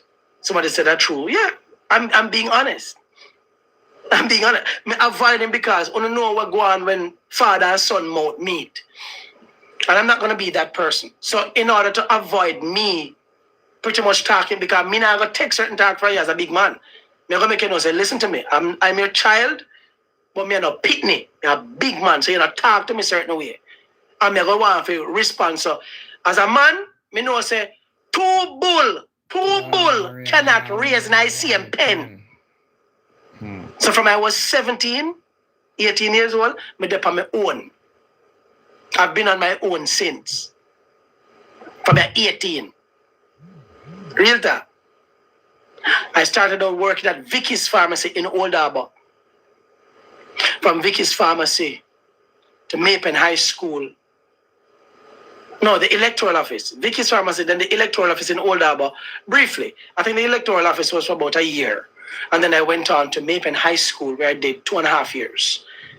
I did 2.5 years at Mapen High School. And from there, sir, I don't work for nobody. I don't work for nobody. Marvin, I know you from you a baby. My family first. As so long you know me, as so long you watch me. I watch me for. Big up yourself. But on a serious note though, people, mothers, they might, some of you might not have a good relationship with your mother. But you see the fact that you have become an adult, they had to have done something from birth to where you could actually fend for yourself. That was good enough, where you need to thank them. Those mothers could have been the ones who were suffering from postpartum depression and throw you in garbage bin. It could have been. They didn't do that. You might get some liquid and want to forget. She might not like you, or you feel like she don't like you, but at the end of the day, your mother is your mother. The many nights that you were breastfed, Yeah? That's what causes you to get your teeth and your bones together. Get your life together. You have to think about what was the importance of my mother at birth. You were helpless. She cleaned you. And she cleaned you and bathed you and put on clothes.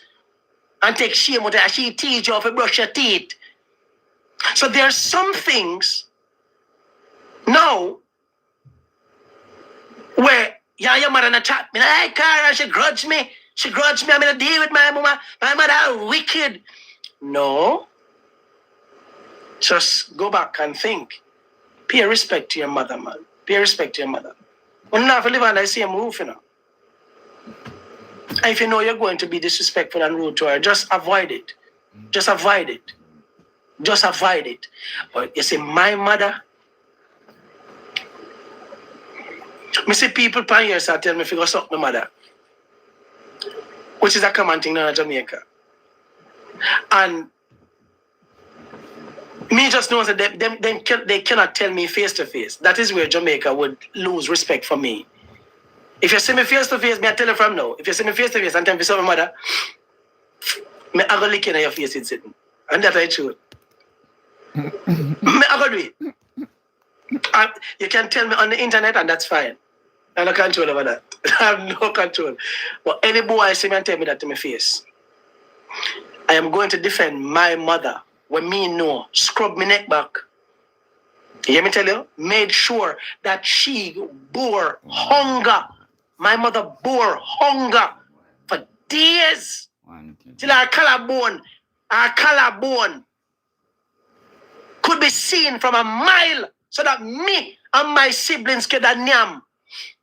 You see, for that woman, then we could have really know if my mother do that and a boy I tell me because somebody in front of my face and I walk away. I walk away like some idiot. No, man. That's the day I am going to have a police record. I promise you. I am going to have a police record. And I say, you can't do it, you know. You can do it, but it's what's going to happen after. And I don't care how some persons look at it, whether you're a pastor or not. It's when it comes to my mother. It's when it comes to my mother. No way I say. We are telling the truth. No way I say. No way I say. I tell the truth. No way I say. Yeah, man. I love my mother. There were 5 of us. And my mother, if she had the chance, because she's a gorgeous woman, she couldn't take man like how Bodos take Neil. I have never seen my mother with another man but my father. Never. Never. My father was in prison. I know hardship come and more people that say, yo, boy, a man there, say, you know. Man there, sir. So I'm going to go and do a thing. My mother never disrespected my father. Never. That's why for me daddy, yeah, man, as much as my father, if me ever see or hear saying disrespect my mother, I will be a different son. Because I am witness to the fact that that woman respected you when you're at prison. In that prison for years. My mother stood tall. Anybody in an Old Harbour, anybody in Old Harbour who knows my mother, they will tell you that that lady, they never hear that a lady and nobody mouth meet yet. That the woman and nobody mouth never meet yet. You know, I get that. Humble. Humble. Somebody said, I can contest. That's my mother. Very quiet. You hear me tell you? That lady left from work to our yard, to church, back to our yard. I remember the first time my mother come out of St. Catherine when I wanted a parish. First. I mean, like, what? What? Yeah, she not go nowhere. She not go nowhere. The most I must be like on one church trip. Church trip. She not going away. And that is why I'm going to honor my mother by giving her a nice little house. Now give her a big old dirty ugly mansion. Because she love to clean her place. I mean, I give her something where she can't clean. She just hype. But I'm going to fix her up. Somebody said, it's true. I know your whole family. Tap. The love and respect of me after that, the woman, they may not even talk to her. We not even talk to my mother. But you see, any home see my phone ring and she call. If at Jerusalem me there, and her head I hurt her, me I did it. Marvin, are you married? I was. I am now divorced. I'm divorced. Yes, I was married. Yep. I was married. And I had a great relationship. I had a very good relationship. It wasn't because of infidelity. I left the Bahamas. Not that I was a saint. I was not a saint. I did bad, but my wife never know. I did bad, but she never know. The respect was there. And you see, this is why I love the character that I am. Somebody say, your mouth. No, she liked my mouth. It wasn't my mouth. She liked my mouth. I promise you she liked my mouth. So sorry to burst your bubble. Sorry to burst your bubble. She liked my mouth. I promise you she liked my mouth. Yeah, God no.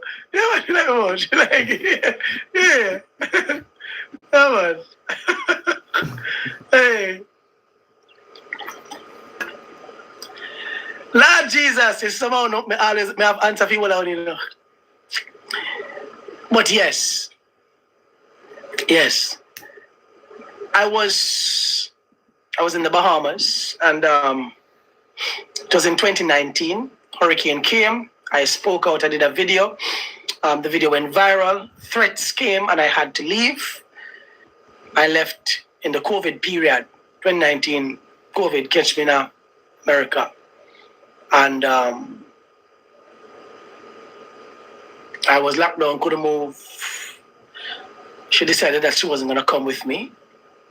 And I felt like she chose her job over my life. Her parents, from day one, wasn't for the relationship either. And I'm going to keep it real with everybody. As a matter of fact, her parents came to her wedding to stop the wedding. Literally show up at the wedding to stop the wedding. I went through a lot because her parents thought, and not even thought, the parents tell me, them say, we did not bring up our doctor daughter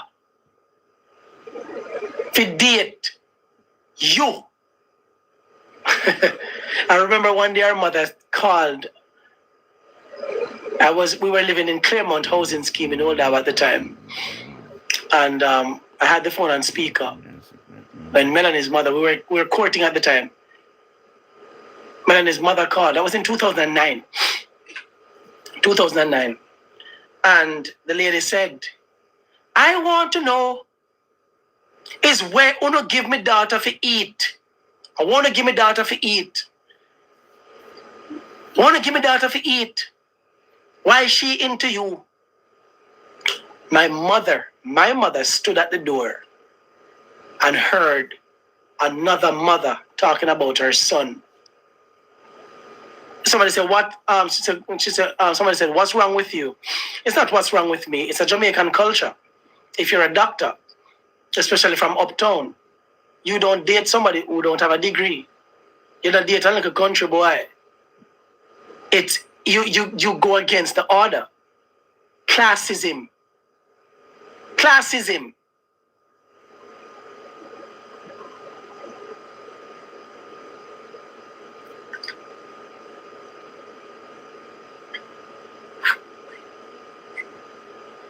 Marvin, use your next phone and type Spenshell and view the page. Please. Other persons can do that. I'm not sure. I don't have another phone. So I can't go do that. And if you're asking for use another phone, I don't think more to do that. But you can, I guess you can WhatsApp, you can inbox me and tell me how over there. You can describe over there. I don't go over there. Because that not sound safe. You know, sound safe at all. Please take or accept my message request. Yeah, man, I will accept your message request. Yeah, respect.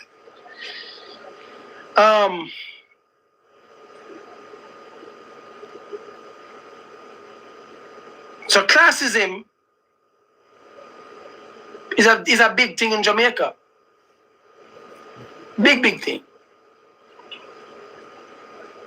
Big thing. And it's a big thing among the black community. The black community, as black people. You believe say you grew up, you're picking if you turn engineer and you go and take up a man or push and cart. You just feel like it's wrong. And this is why a lot of relationships are fake. A lot of relationships and black relationships always mash up. Because people don't marry for love. People don't get involved for love. They get involved because, yeah, my mother prefer you or my daddy prefer you or, yeah. It's not about what you and the other persons have. And I remember when Melanie and I were together, her doctor friends. I remember when most of her doctor friends who married other doctors, relationship broke up.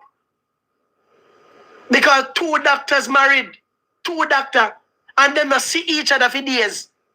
Because this one end up on the night shift when them come off, this one gonna work in the morning. Then they see each other for days. So while the doctor there at the hospital, the doctor and the nurse there. While the doctor husband there at the hospital, the doctor husband and the nurse were him see every day. And the nurse him see when him and yam food, and the nurse him see every day. Them there.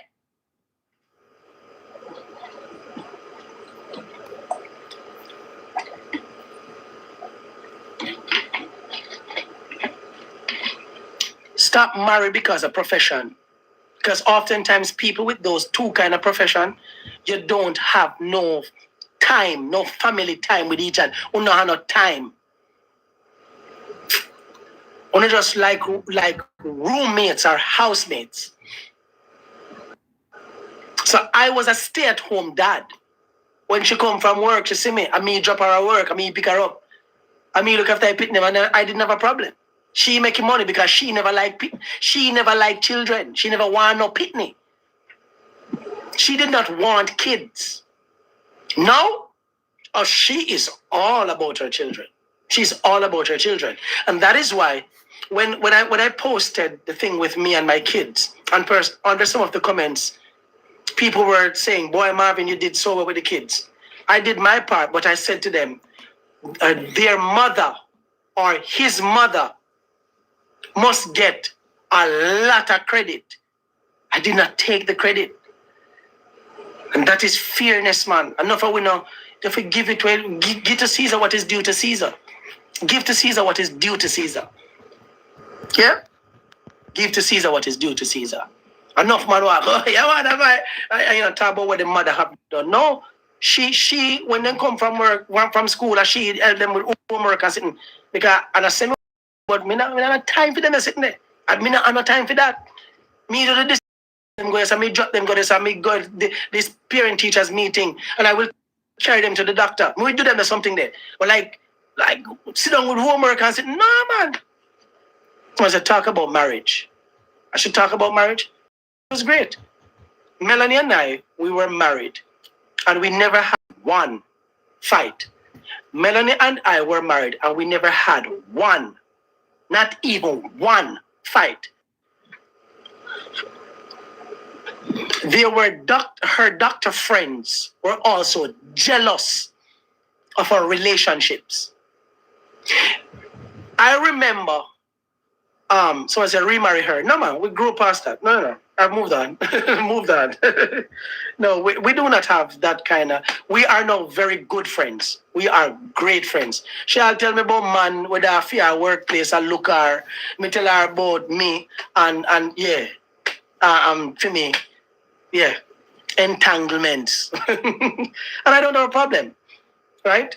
When I come to the Bahamas and I come off the plane, when she drive come for me, as me come out, she jump out of the driver's seat and go to the passenger seat because she likes when I drive. And here I hear the irony.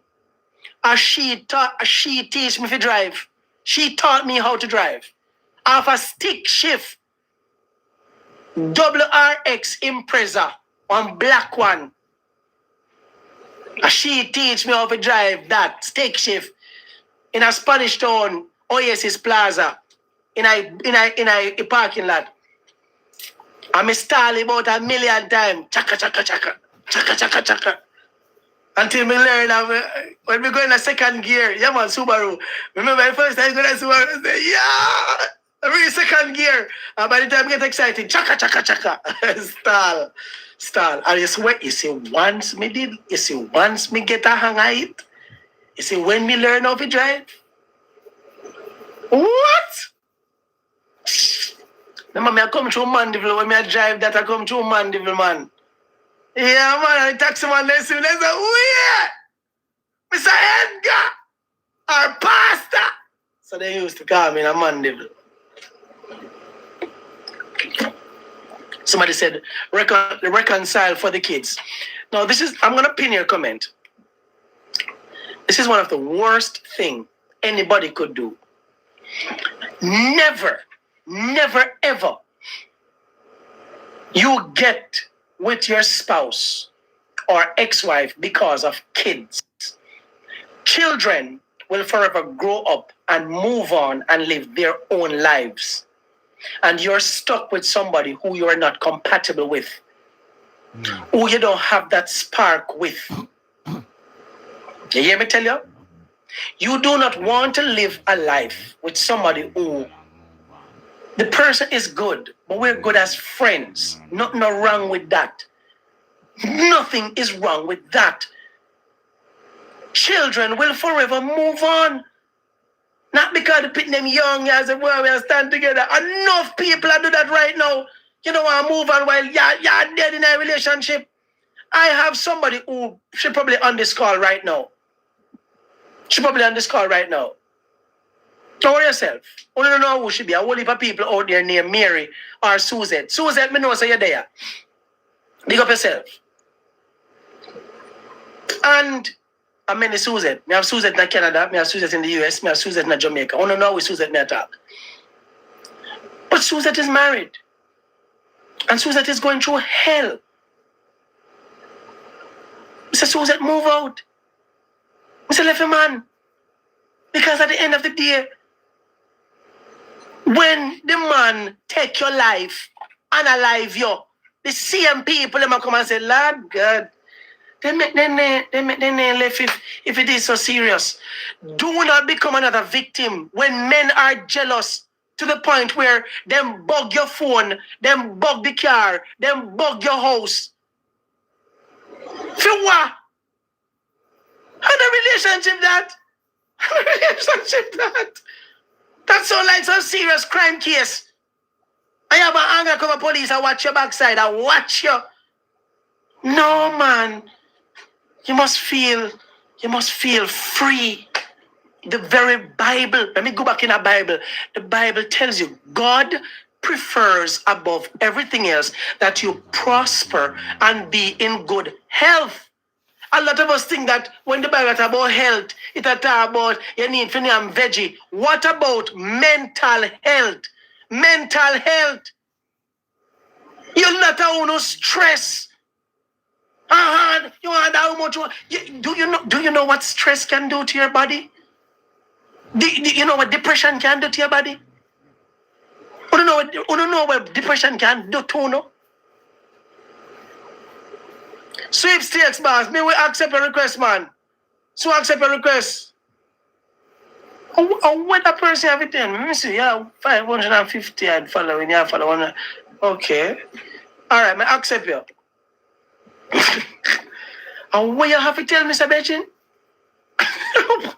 Alright, let me tell you something, man. Tonight night, Man, negative news. Tonight am my night for just, detox from all of the garbage out there. Yeah. What you think about the warship? I've already expressed myself. There's no warship. It's a cruise ship. There's no warship in Jamaica. It's a cruise ship. Right now, 4,000 of the cruise members have been deboarding and then gone into the communities to talk to them and show them how the cruise ship look. It's a cruise ship. 2027, it's just going to move on to the Atlantic and go and be decommissioned. There's nothing there. No war, no nothing. It's not a no warship. It's a cruise ship. Yeah? And we're excited for it. And it is strengthening the relationship between America and Jamaica. It's a beautiful thing for the country. Pick up on yourself. Yes. All right, now make a move on. I'm going to say this to you. If you're in relationships right now, and I'm talking to the men, let me tell you something. The woman might give you some good loving. Man, and she's sexy, bad. And you really can't left because, why? You do not own anybody. If it now work, leave. Because you're going to end up like the soldier from Mandeville. You're going to end up like a soldier from Mandeville. You might open our phone, and when you open the phone, the videos are in there, you're not going to like to see it. And your heart can't take it. Left. Because you know something I've always learned? There's a woman out there that looks 100 times better than that one. Yeah, true. If a big body, you have another with them body bigger. You're big man. Come to Bahamas. If you come to Bahamas, you know, no problem with that. Over here, so they make them like that. Naturally, they make them over here so like that. They call it bungie.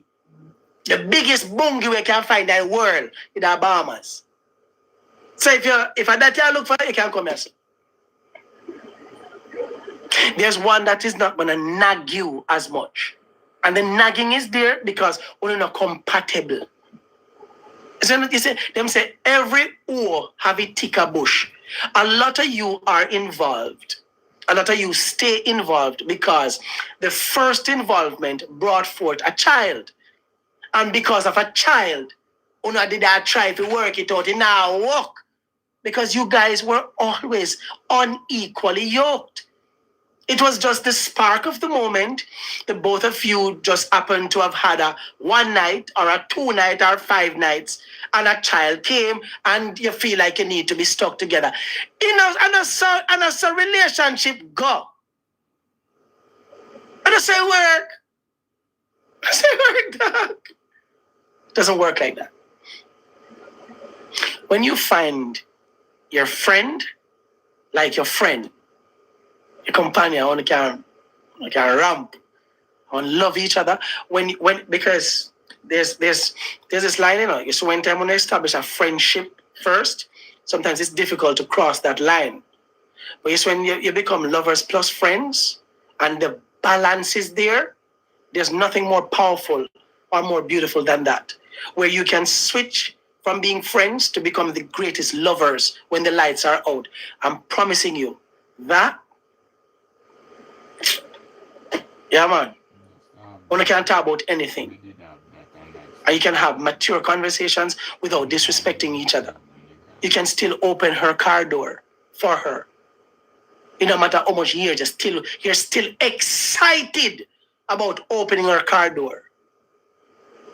Twin flame. I said twin flame. Yeah? Your friend and your lover. You understand each other. And this is why you have persons who, when they lose a loved one, they find it hard to move on with anybody else because they lost the person who literally created 2 flames in them, ignited 2 flames. You became their best friend and you were my lover. And that's facts. Yeah. So which means I don't have to check your phone. You have my password and I have your password. And you can go in there anytime because we understand each other. If you know, say, you believe in poly stuff, poly more than one, and then find somebody else with the same mindset. Do not go to somebody who is mono, a one-track mind. No, go over there, sir. Yeah? Do not go over there. Because it not gonna work. Because you will forever be introducing other persons to your relationship. And the other person might not want that. It not gonna work. But your body's screaming out for those desires. Find somebody who shares the same desires as you. It doesn't matter if a church man say, yo, no man, that ungodly, burn out that. No man. People, when it comes to those things, people should have a right to choose what they want for their relationships. And we as neighbors should stop going a people business. Leave people business alone. Leave it alone. Come to your boy. I want to talk to you about Johnny becoming no, hey. No, I'm not getting that. Yeah, Johnny now work. You're adult. But work out your adult relationship. Me not get involved.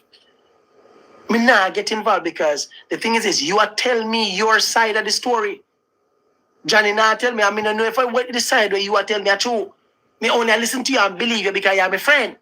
But there's 3 sides to every story. Your side, Johnny's side, and the truth. So here what you gonna do. You have a relationship problem, and it now work, left. If you feel like Johnny gonna kill you, left. Or if you feel like you're gonna hurt Johnny, left. Because when you do, you go to prison. You go to prison.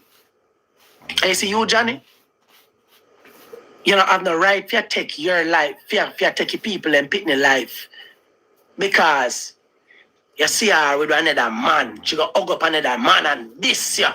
Oh, girl, this, man. Girl. So how much girl did you look at?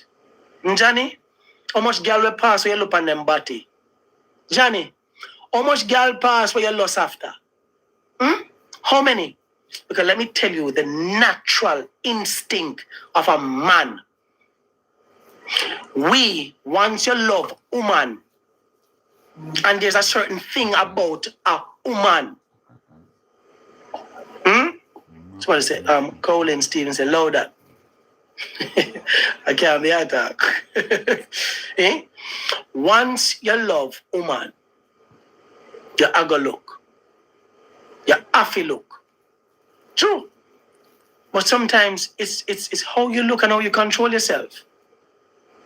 We were naturally created to be attracted to the opposite sex. We were naturally created for that. Not just we the man, the woman too. If woman or the woman love man, do not think it's garbage when you keep talking about she only have eyes for you. Bullshit. When I was married, Melanie, her favorite, this is how practical I am. Her favorite movie star is Idris Elba. Idris Elba. Everybody know Idris. Oh, what? Oh, he's so handsome, man. I mean, okay. No, I said to her one day, because when she see Idris, she's like, oh my God. So me look at her, we did lie down in the bed. I shake my foot in her, I watch this woman. I love Idris. You know what was also weird between Melanie and I? Melanie was not my type, and I was not her type. She had a type. Her type was tall, dark, and handsome. But I see her type. Me short and red. And you know something? I've lived to see that woman go out of her way to love her Marvin. Love our little short brown man. Because you know what me do? Me make sure say, me Marvin, I gotta show you say, no ramp with that little short king here. You hear? So me show up. And me show up good. Bop!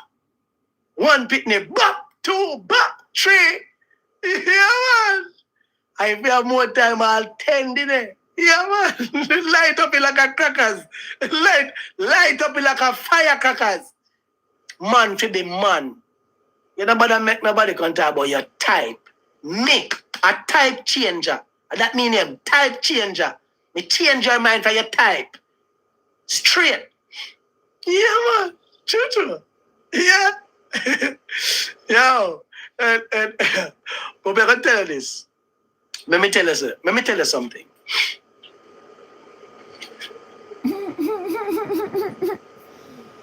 Women have their type. And I said to her, if Idris Elba should step outside of that TV right now, step out that TV and turn up right there, so. I said, me know exactly how you would feel. That would never happen. Yeah, exaggerated. I said, Melanie, a lot of movie stars visits the Bahamas. And if I leave right now with you, I will go to the beach. I will book up Idris Elba. You're not going to try to get a picture with Idris. You're not going to try to want to touch Idris.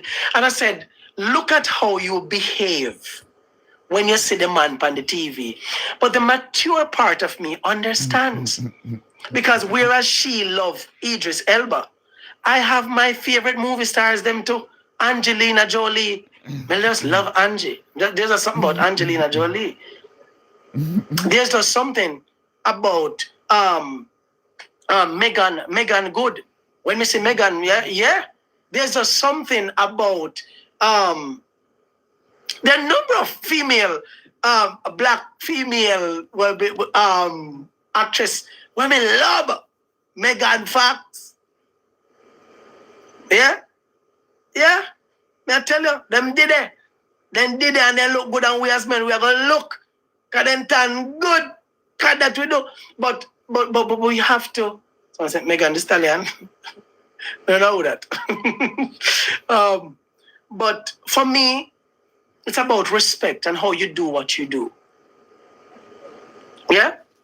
And how you do what you do. Have respect, man. Nothing wrong for the woman like who she like. It's how she do her thing. Mature enough to understand that. You can't be coming and because the woman look at a man and say, I ain't know your feelings. So make her go answer. So make her go answer. You see man on TV, make her go answer. So you go answer for. See you. You know, you're stupid. You're really stupid. So what you do, you did not build a relationship with your wife so she can express how she feels. And you can talk about it and build that respect. You know what you do now? You see when she feels certain kind of way, you not even know. You not even know because she not make you see her expressions. She not make you see her expressions. When she goes to work and she buck up into a Idris Elba type of man, or give her the vibes, what you think is going to happen eventually? She just knows that she have a miserable man a yard. Who you not bed, you more think, you're not, and you're up in her feet. No, she just starts, you know what? Because her body is now crying out for the Idris Elba type of man. You turn her off. And let me tell you something. When a woman scorns you, you see, I've seen name a woman's scorn. You see, when one woman hate your dog, when a woman hate you, Papa Jesus, the Bible says it is better for the man to live in the corner of a roof, than to live with a miserable and cantankerous woman. Do you know what is in the corner of a roof?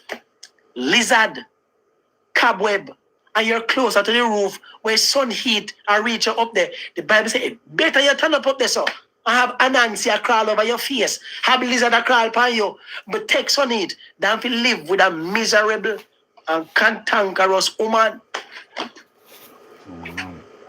A two woman the Bible talk about. You have the virtuous woman and then you have the other woman. You see the other woman?